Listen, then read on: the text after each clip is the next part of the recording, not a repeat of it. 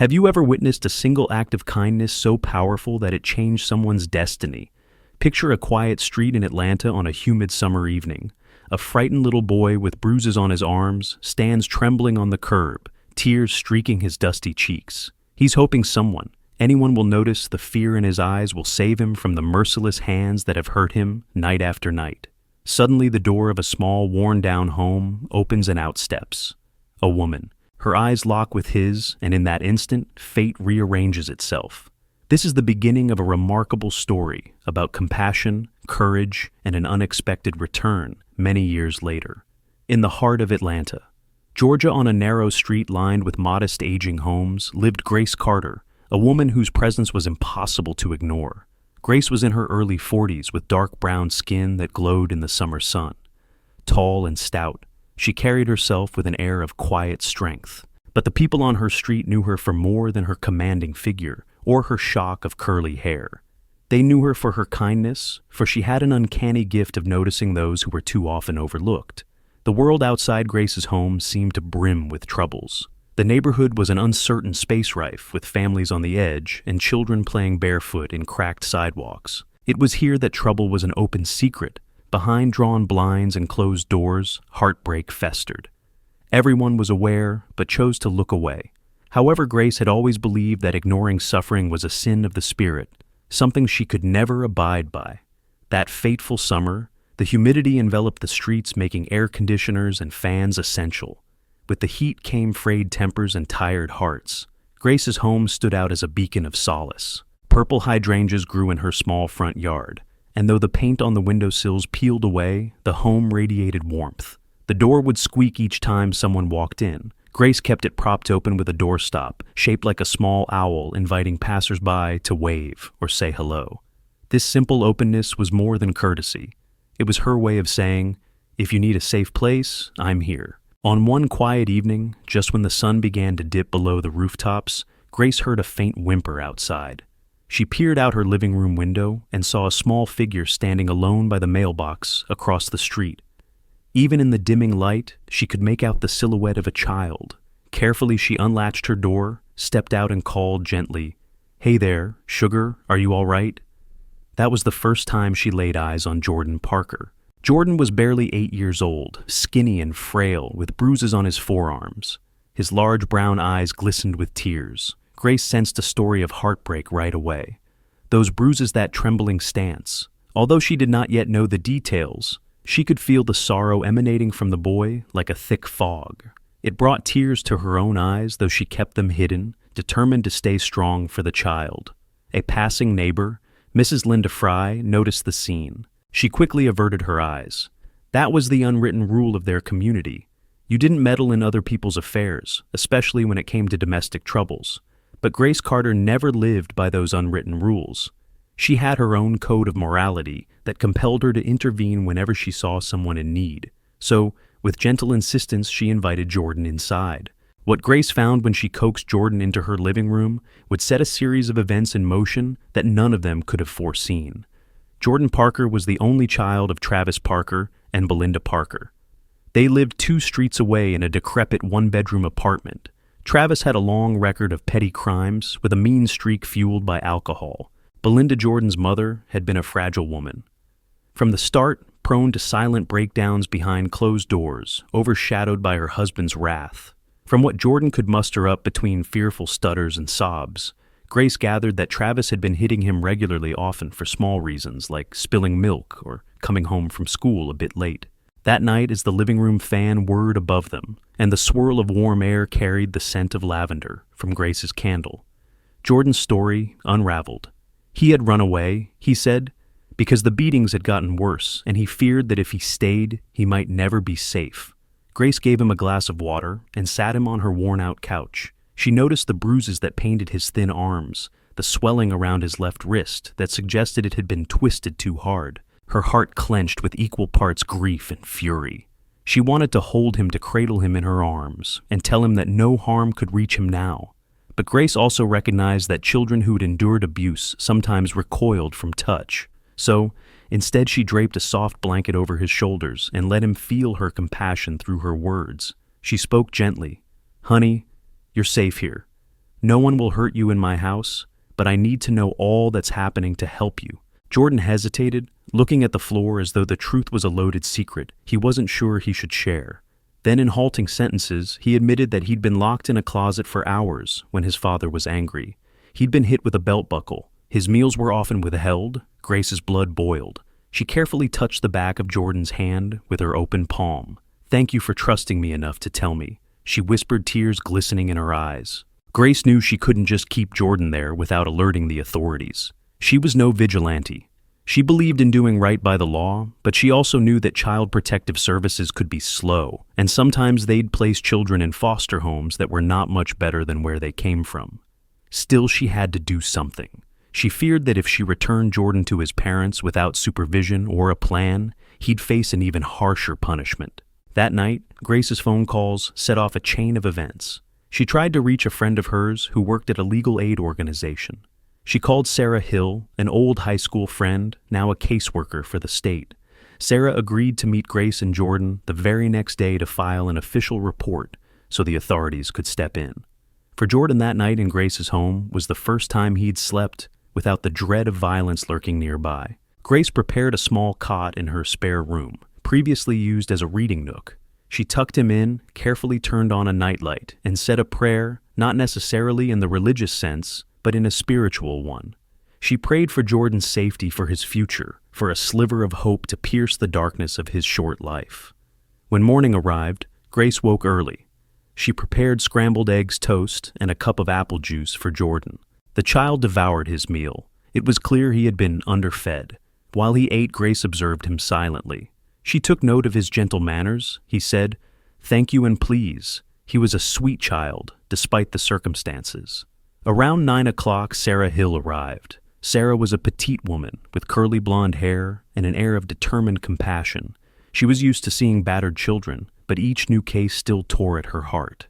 With Grace by Jordan's side, Sarah conducted a preliminary interview. Jordan spoke in whispers, as though his father's shadow might leap through the walls at any moment. He clung to Grace's arm throughout the conversation. Sarah carefully took photos of Jordan's bruises and documented his injuries with a calm, focused demeanor that masked her inner heartbreak. Her next steps were to contact the police. By noon, a squad car arrived at Grace's home. Officer Regina Martinez, a tall Latina woman in her early 30s, greeted them with a sympathetic expression. She reassured Jordan that her job was to keep him safe. That same afternoon, they went to Travis and Belinda's apartment. Jordan was left under Sarah and Grace's watchful eye outside. While Officer Martinez confronted his parents inside, Travis initially resisted, yelling obscenities and threatening to sue for trespassing. He accused Grace of kidnapping my boy, but the bruises on Jordan's body told a devastating story. Belinda, eyes hollow, stood in the background, offering neither protest nor comfort to her son. Ultimately, Travis was placed under arrest for child endangerment and assault. Belinda, faced with her husband's violent temper, and the arrival of the police, sank into a stupor. She barely reacted as Child Protective Services took temporary custody of Jordan. It was a small victory, but an important one. For the first time in Jordan's life, an adult was standing up to protect him. As he watched the police car drive away with Travis handcuffed inside, he felt conflicting emotions: relief, terror, confusion. Could he trust this safety to last? Sarah explained that Jordan needed a temporary foster placement. The immediate procedure would be to place Jordan in a group home unless a suitable relative or a known guardian could offer a stable environment. Grace stood behind Jordan, her hand on his shoulder, and felt a calling she could not ignore. The thought of Jordan being shuffled around a group home, possibly out of the local district, made her stomach twist with dread. Before she even realized the full weight of her words, she offered, "He can stay with me if that's allowed. I've got a spare room and a safe home." The child looked up at her with wide eyes. It was as if Grace had just thrown him a life preserver in a storm-tossed sea. Sarah hesitated because fostering was a complex process, but the alternative was heartbreaking. Jordan had no known relatives willing to claim him. Grace understood that her decision carried legal, financial, and emotional responsibilities. Yet she also knew that letting Jordan slip into an overburdened system could jeopardize his newfound sense of security. After lengthy discussions, forms, and background checks, Grace had no criminal record, and her modest salary as a nursing home caregiver was sufficient. Jordan was allowed to remain with her on a temporary basis. Paperwork would follow. A social worker would conduct regular check-ins. But for now, Jordan had a home, and Grace had a new responsibility. The first few weeks under Grace's care were a tentative dance of boundaries and bonding. Jordan was skittish, often jumping at sudden noises or waking up in the middle of the night from nightmares. Grace took on extra shifts so she could afford new clothes for Jordan and set up his new bedroom properly. Her friend Denise K. Pearson, who lived across town, donated an old desk and a beanbag chair. Another neighbor, Mr. Leroy Thompson, helped repaint the walls in a soft blue color that Jordan liked. Grace knew she couldn't erase Jordan's trauma, but she hoped to give him new memories, safer ones. She enrolled him in the local elementary school, but the transition was not easy. On his first day, Jordan froze at the classroom door, refusing to let go of Grace's hand. Kids stared at him curiously, and he braced himself for the teasing or bullying that he'd become accustomed to. But something about the warmth and faith Grace exuded helped him take that first step inside. That night, Grace realized Jordan was missing from the living room. At dinner time, she found him trembling in the hallway closet, tears streaking his face. The closet was dark, and Grace's chest constricted at the realization he might have retreated there out of habit, remembering the punishment his father used to inflict. Without a word, Grace sat down on the floor outside the closet door. She didn't drag him out. She simply started talking calmly, softly about her day, about how she wished she knew how to bake a peach cobbler, but always messed up the crust. Gradually, Jordan stopped crying and began listening. Curiosity won over his fear. He peeked out of the closet to see Grace babbling about pie crusts with comedic self-deprecation. The tension in the hallway lifted. When Jordan finally crawled out, Grace held her arms open but let him approach on his own. He did. He let her hug him cautiously at first, but then fully burying his face in her shoulder. That was the night Jordan truly began to believe he might not be alone anymore. It was also the night Grace began to understand the depths of the child's trauma and how much work it would take for him to heal. Despite Travis's arrest, the wheels of justice turned slowly. Jordan had to testify about his abuse. Grace was there each step of the way. She held his hand as they walked through the sterile halls of the courthouse. She offered him tissues when the memory of the belt buckle scraping his skin made him shudder. Yet Jordan found the courage to speak the truth in front of a judge, tears streaming down his cheeks. A part of him that had been silenced for so long finally had a voice with mounting evidence of repeated abuse. Travis Parker received a prison sentence. Though it was not as long as Grace had hoped, it was a victory. Nonetheless, Belinda Parker, deemed unfit to care for Jordan, vanished from the scene. She had no interest in seeking custody, and no one seemed to know where she'd gone. Rumors floated around that she'd left the state, moved in with another man, but no official confirmation came forth. For Jordan, the abandonment was a wound on top of a wound. He rarely spoke of his mother, and Grace never forced him. She knew heartbreak couldn't be rushed. Every so often, Jordan would receive a letter from his father in prison. Grace would read them first, screening the content. Some letters contained pleas for forgiveness. Others were laced with manipulative guilt. Grace, following a counselor's advice, saved the letters in a small lockbox, but never gave them to Jordan. She felt he was not ready. She saw how even the mention of his father's name made Jordan flinch. The child needed space from that man's shadow. Life with Grace, meanwhile, formed a new routine. Jordan helped with small chores around the house, fed the cat named Midnight, and occasionally joined Grace on her evening walks around the neighborhood. Sometimes neighbors would nod in approval, and occasionally an older person might give Grace a side-eye for taking in someone else's trouble. But Grace paid them no mind. Her heart was set on giving Jordan a second chance at childhood. Jordan started to improve academically. At first, he struggled to focus as nightmares of his past robbed him of sleep. Grace arranged for him to attend therapy sessions with Dr. Alicia Monroe, a local child psychologist who agreed to provide services at a discounted rate. Over time, Jordan's nightmares became less frequent. He slowly began to laugh at silly jokes, to participate in class discussions, and even made a few friends, including a gentle curly-haired boy named Oliver. They bonded over video games and superhero comics. Still, the ghosts of Jordan's past loomed. Every so often, he would freeze at the sight of a belt or cower when a TV character yelled. Grace reminded herself daily that healing was not linear. She reminded Jordan that even if he fell back into old fears, that didn't mean he was doomed to them forever. Little by little trust solidified in the quiet everyday moments, sharing a bowl of popcorn during a movie, reading bedtime stories, or practicing spelling words. As months turned into a year, Grace's temporary guardianship over Jordan evolved into something far deeper. She couldn't imagine life without him anymore. She treasured the sound of his laughter floating through her kitchen, the sight of him curled up in the beanbag chair, reading a book late at night. And Jordan, for all the trauma he had endured, began to develop a sense of security with Grace. She was no longer just Miss Carter. She became a mother figure. One crisp fall day after attending a parent-teacher conference, Grace realized that the bureaucracy around Jordan's case still labeled him a ward of the state.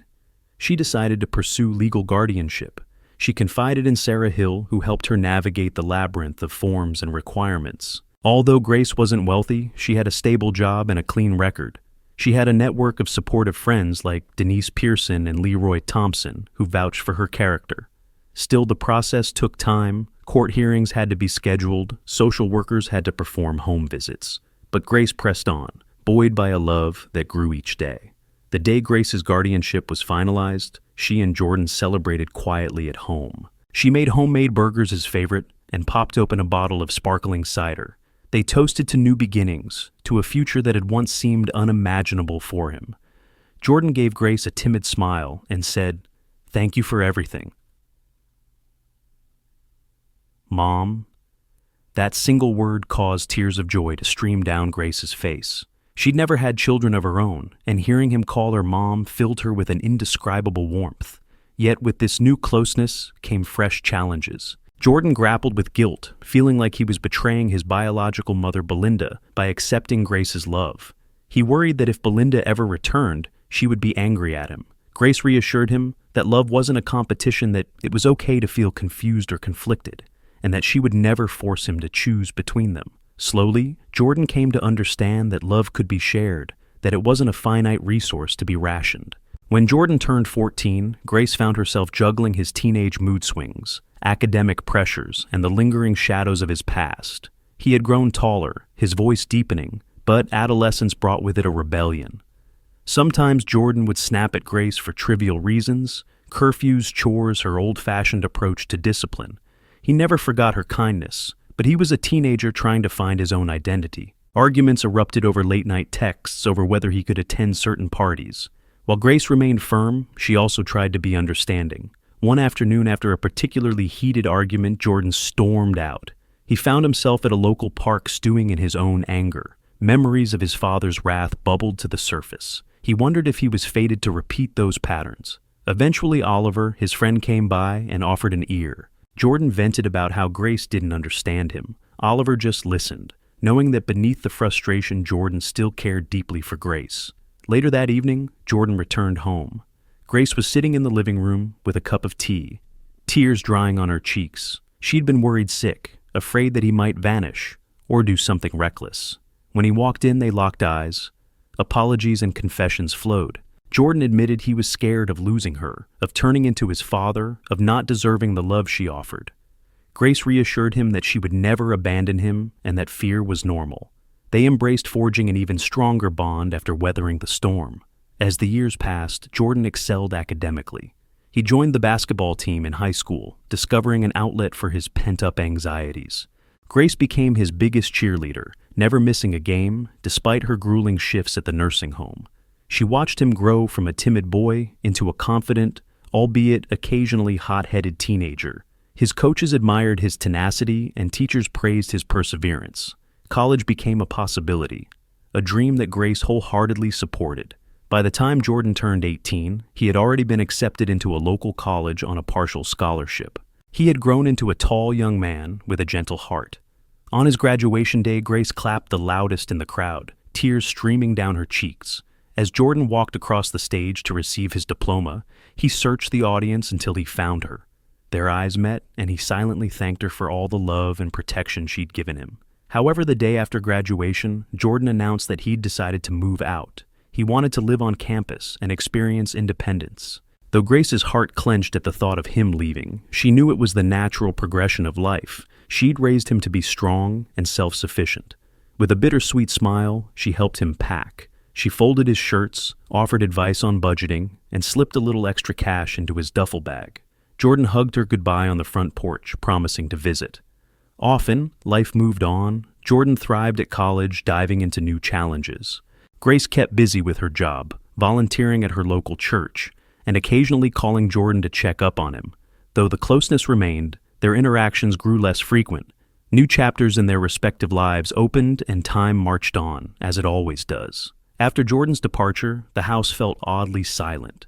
Grace tried to adjust. She watched from afar as Jordan got a part-time job, joined a study group, and immersed himself in campus life. He sometimes came home for holidays, gave her updates about classes, and even introduced her to a girlfriend once or twice.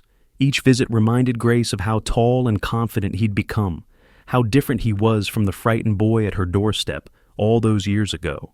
But as Jordan's adulthood took shape, the phone calls dwindled. He'd text her occasionally, mostly about practical matters, bank account, questions, insurance details, but the deep, heartfelt conversations became rare. Grace understood it was natural for adult children to form their own circles, to rely more on peers. Still, an undercurrent of melancholy accompanied her pride.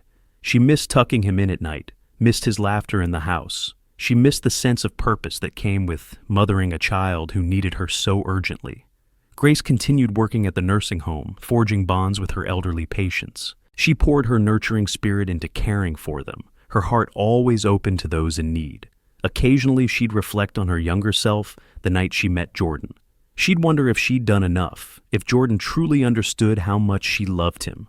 Meanwhile, Jordan pursued a career in social work, ironically inspired by Grace's compassion.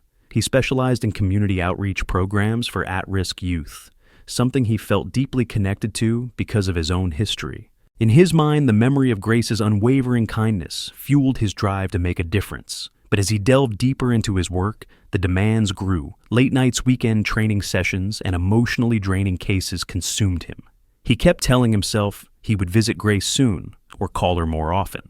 But days turned into months and months, sometimes into years. When Jordan was 25, he faced a particularly harrowing case involving an abused child named Sam. A timid girl with hollow eyes, Sam reminded Jordan so much of himself that he couldn't ignore the parallels. He found himself haunted by her situation. He remembered the feeling of having no one to turn to until Grace Carter appeared like a guardian angel. It dawned on him that all these years he had never properly thanked Grace for saving him. Not just saving him from abuse, but from a life defined by fear and hopelessness. One sleepless night, Jordan looked around his small apartment at the photos of him and Grace on the walls and realized how long it had been since he visited her. He felt a tug at his conscience, an urge to return to the home that had nurtured him, to the woman who had become his mom in every sense of the word.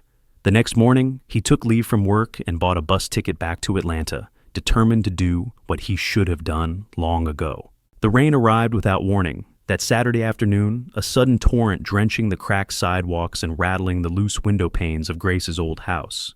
She was inside her small kitchen shoulders, slightly hunched from a long week's work at the nursing home, carefully kneading dough to make her homemade bread. Flour dusted her dark brown hands, the rhythmic push and fold, echoing the same patient, nurturing love she had always poured into her life's work. Suddenly, the doorbell rang its chime, startling her so much that she nearly knocked the mixing bowl off the counter. Grace paused, wiping her hands on a threadbare dish towel, heart pounding. Visitors at this hour were rare, especially in such heavy rain.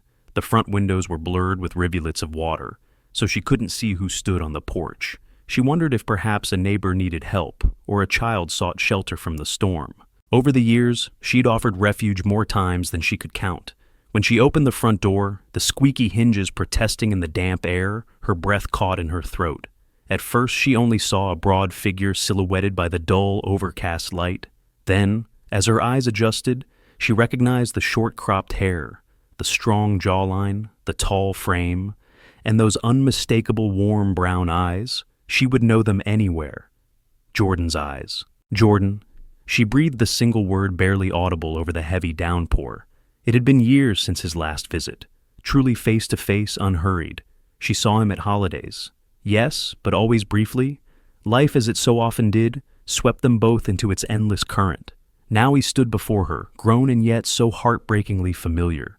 For a moment neither moved. Rain splattered the porch. The wind whipped Jordan's coat, sending droplets flying across Grace's threshold. Her heart pounded, and she had to remind herself to breathe. She noticed the subtle changes in him, the faint shadow of stubble on his cheeks, the slight lines of fatigue around his eyes, the broader set of his shoulders that hinted at a man who'd carried a great deal on them. Jordan was the first to break the silence. "Hi, Mom," he said, voice catching slightly at the end. In those two words he encompassed the bond they had forged, all the gratitude and regret he had been holding on to. The weight of it nearly crushed him. Grace felt tears burn in her eyes. She reached for him, and he stepped inside, letting the screen door slam behind him. In an instant she wrapped him in a fierce hug, arms clinging to him, as though he might disappear if she loosened her grip. She inhaled his scent, rainwater, a hint of cologne, and something distinctly Jordan. It pulled her back to the day she'd first met him, bruised and trembling on the sidewalk, and the countless moments between then and now. "You're soaked," she mumbled, voice quavering. "Let me get you a towel." But she couldn't bring herself to let go. Not yet. Jordan's chest tightened as he rested his chin on top of her head. He remembered how she used to comfort him when he awoke screaming from nightmares, how she would sit quietly, letting him decide when he was ready to speak. Her embrace had always told him, "You're safe here." Even after all this time, that safety still radiated from her. When they finally pulled apart, Grace's eyes shone with tears. She pressed her palms to Jordan's cheeks. "My God, look at you. It's been too long." "I know," Jordan said, heart constricting. He glanced around the living room. It looked just as it did in his memory. The worn couch upholstered in a floral pattern, the old standing lamp with a slight lean, the crocheted blanket draped over the armchair. All the small details that once made him feel at home. Grace led him inside. The door squeaked shut, and the rain became a muffled roar beyond the walls of the house. She fetched a towel from the hallway closet, the same closet where she had once found him, cowering in terror. A flicker of memory passed between them, unspoken but potent. Jordan wiped the moisture from his face and hair. He noticed Grace's apron still dusted with flour. She seemed older. Of course, time had added silver strands to her curly hair, faint lines around her eyes. But she still exuded that comforting presence. He realized how much he had missed it. "Sit, child," she said, motioning to the couch I was baking. "So, don't mind the mess." Her voice shook slightly, revealing her overwhelming emotions. Jordan obeyed, sinking into the couch cushions. They felt even more worn than he remembered, but still familiar. Grace settled beside him, picking absently at a bit of dough stuck to her forearm. She worried her lower lip, searching for words. As if reading her mind, Jordan began, "I'm sorry it took me so long. I've been working and life got so busy, but that's no excuse." He lowered his gaze, fingers knotting together. Memories of phone calls that were never made, visits postponed, birthdays missed. Regret weighed on him like a leaden cloak. Grace blinked back tears. "Hush." Now she replied, voice thick with affection. "You're here. That's what matters. I've been praying, hoping I'd see you." She clasped his hands in hers, feeling the roughness of his palms, evidence of a man who had been working hard. Grace listened intently, her face a canvas of pride and heartbreak. She knew how deeply Jordan felt for these children. She also knew how easily emotional exhaustion could set in. "I am so proud of you," she whispered. "You are what I always prayed you'd become, strong and kind." Then Jordan cleared his throat and reached into his coat pocket, producing a small white envelope.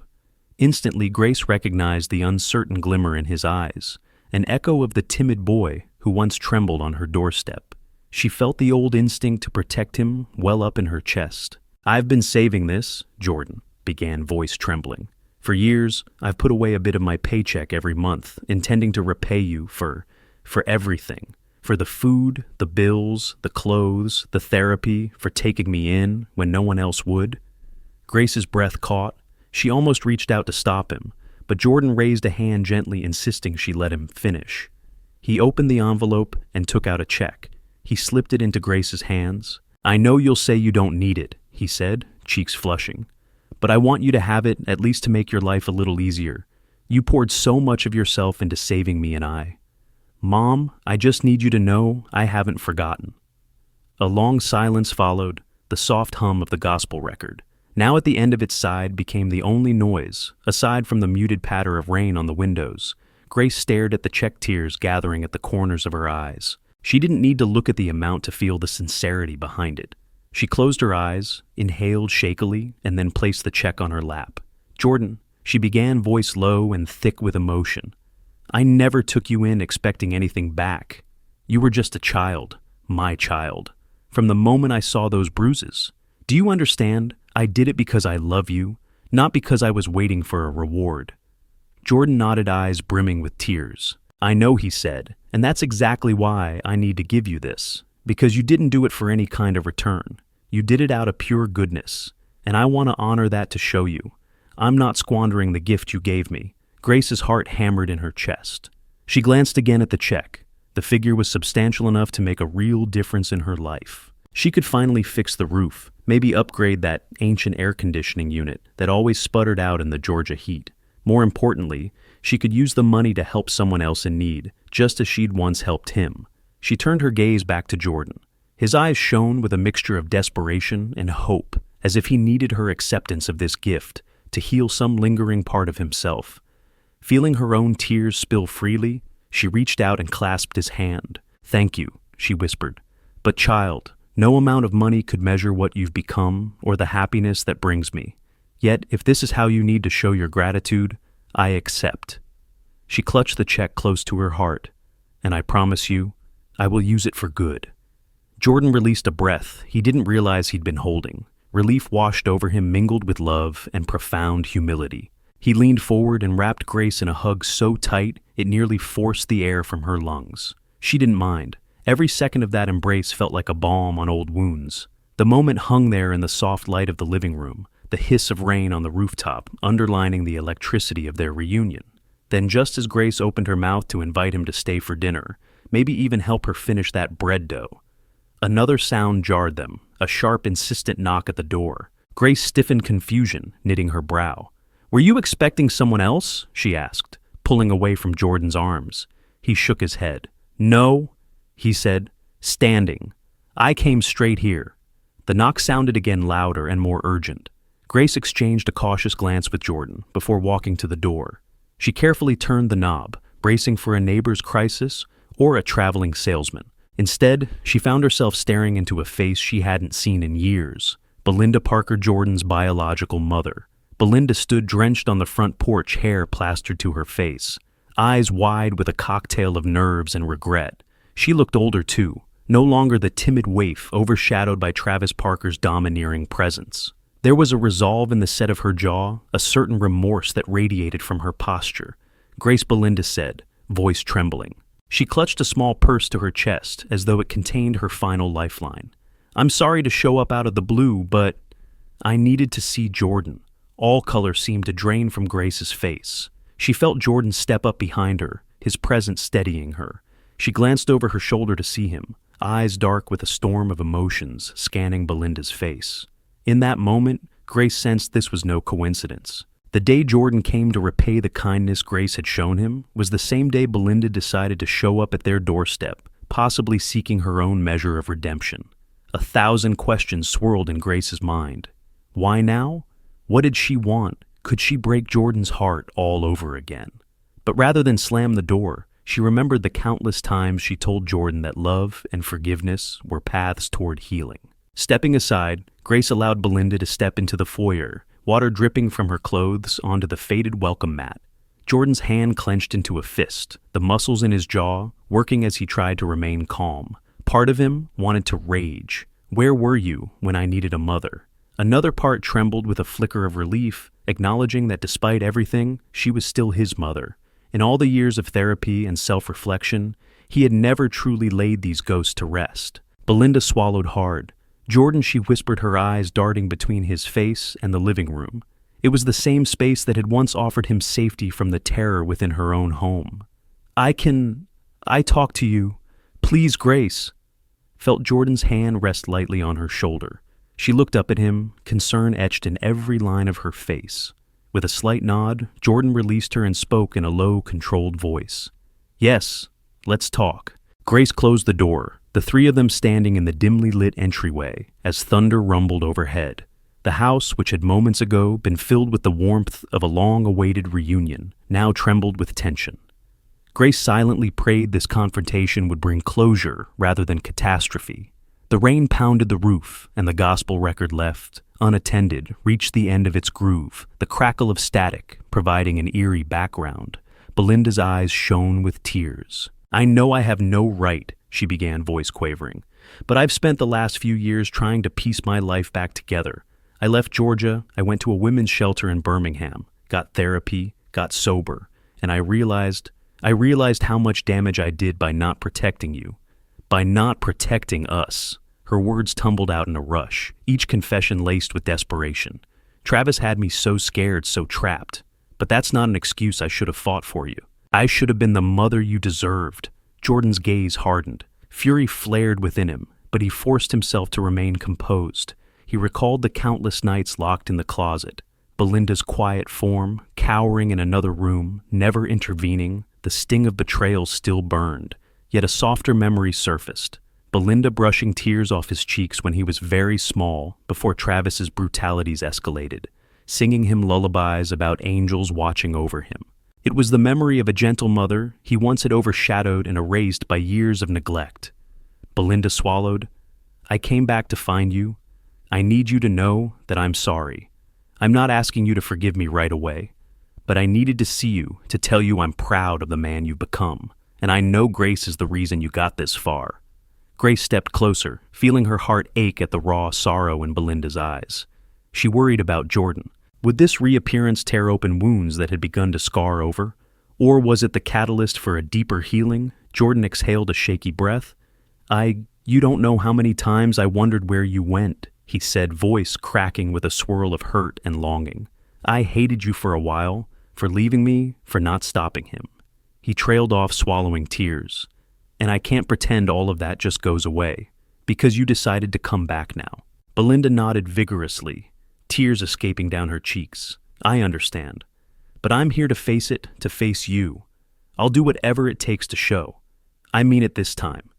Silence enveloped the room, heavy with years of unspoken questions. Grace found herself crossing to Jordan's side. She placed a calming hand on his shoulder, feeling him tremble beneath her touch. His eyes flicked to hers, and she saw the conflict roiling within him.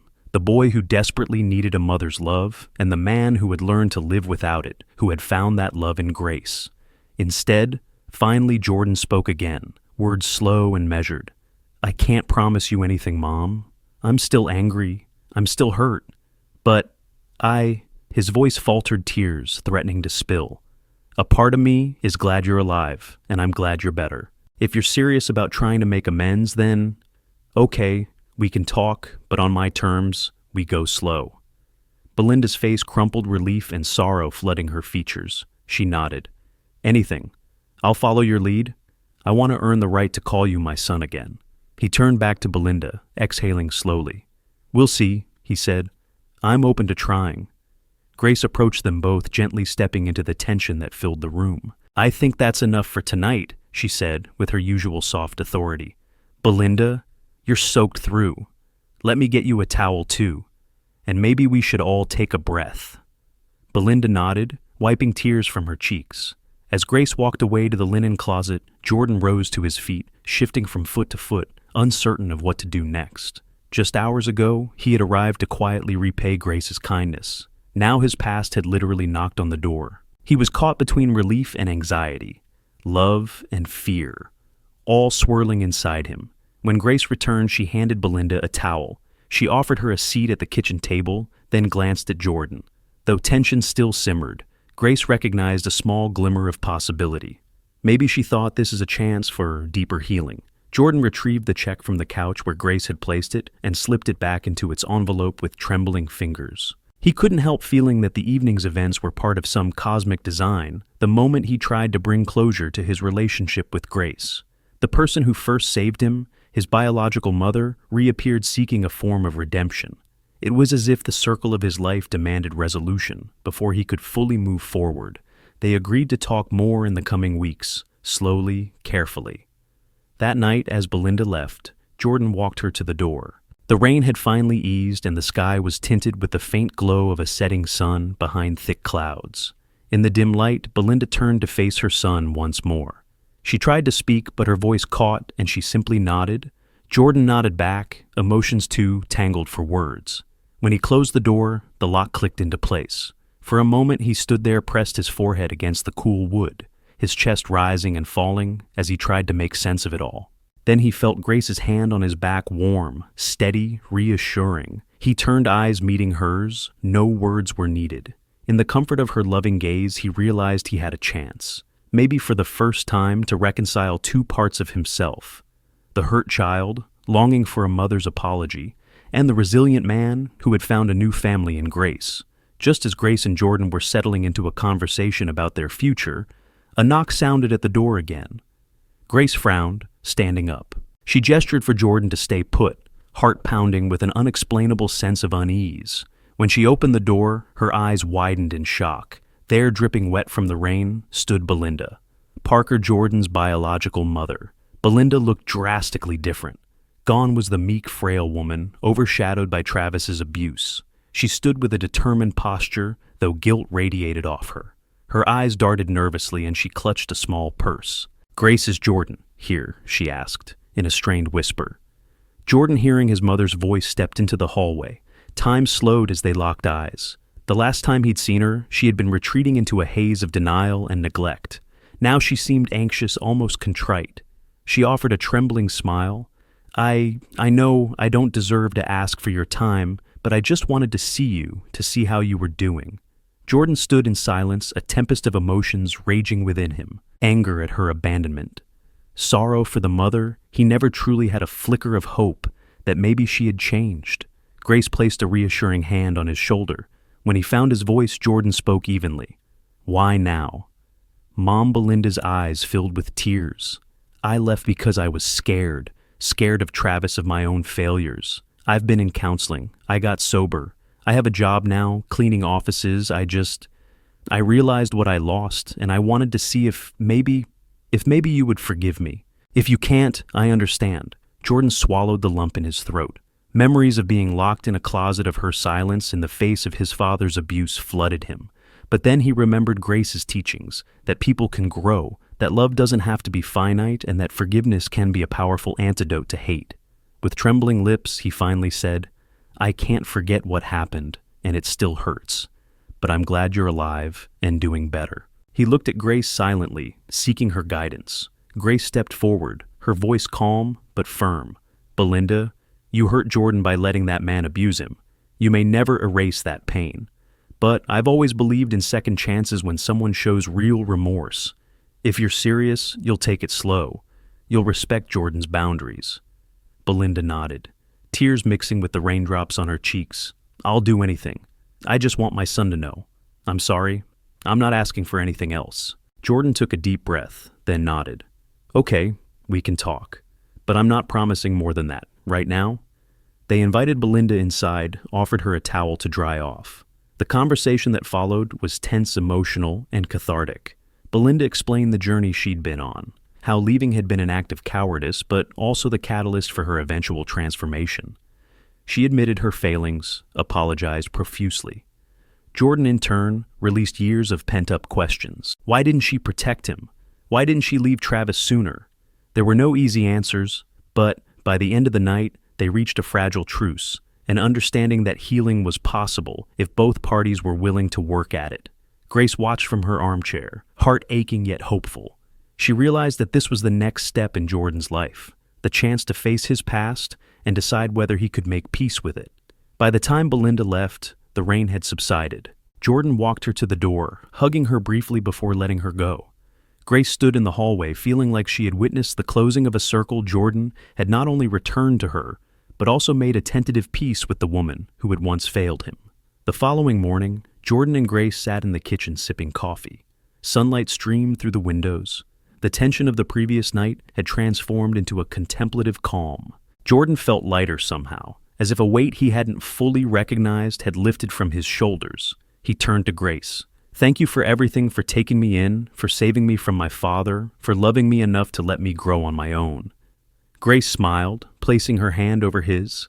"That's what mothers do," she said simply. Jordan pulled out a folder. Inside were documents for a community outreach program he had been working on.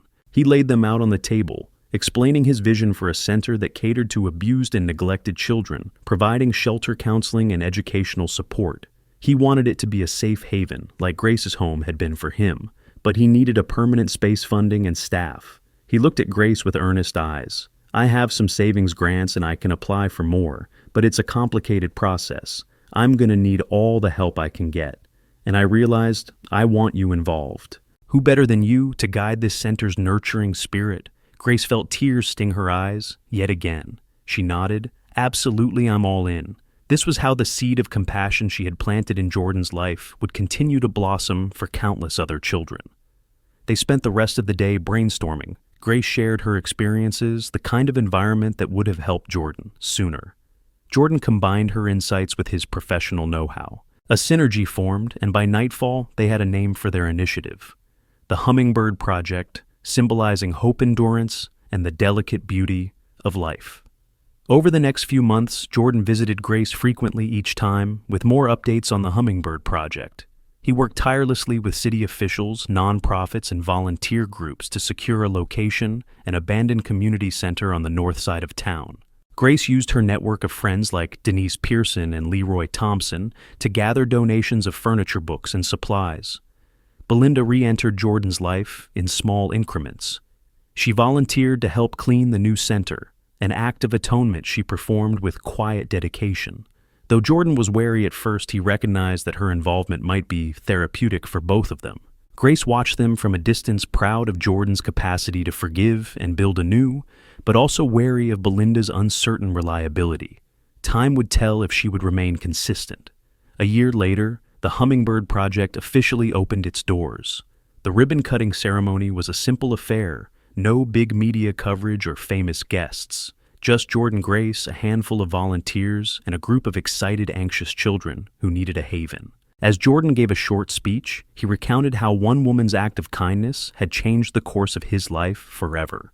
He spoke of the fear he had once felt, the hopelessness, and how Grace Carter showed him that compassion could shatter even the darkest illusions. Grace stood off to the side, tears brimming in her eyes as she remembered the scrawny boy at her doorstep.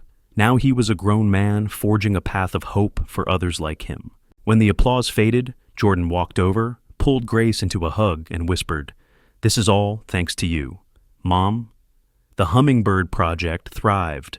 Word spread in the community, and more children found refuge within its walls. Jordan and Grace worked side by side, counseling families, liaising with social workers, and ensuring every child felt safe. Over time, they expanded their services, tutoring sessions, mental health workshops, even job training for older teens. Donors pitched in, local businesses offered sponsorship, and a steady stream of volunteers ensured the center's daily operations. Grace continued her job at the nursing home part-time, but she dedicated most of her hours to the center.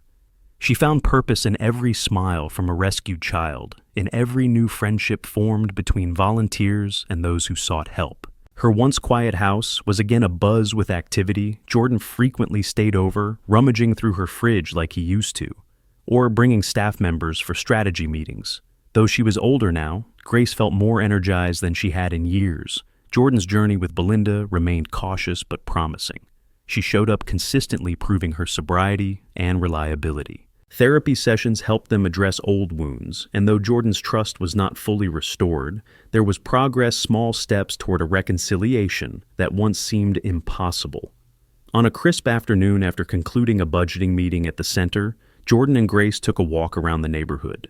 The sunlight dappled through the oak trees, and the memory of that first night of a small boy standing timidly on the curb came rushing back.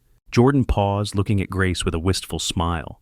"Sometimes I still have nightmares about those days, but then I remember how you stood in that doorway, how you asked me if I was all right. It changed everything." Grace squeezed his hand. "And look at you now. Strong, compassionate, dedicated to healing others. That's what love can do."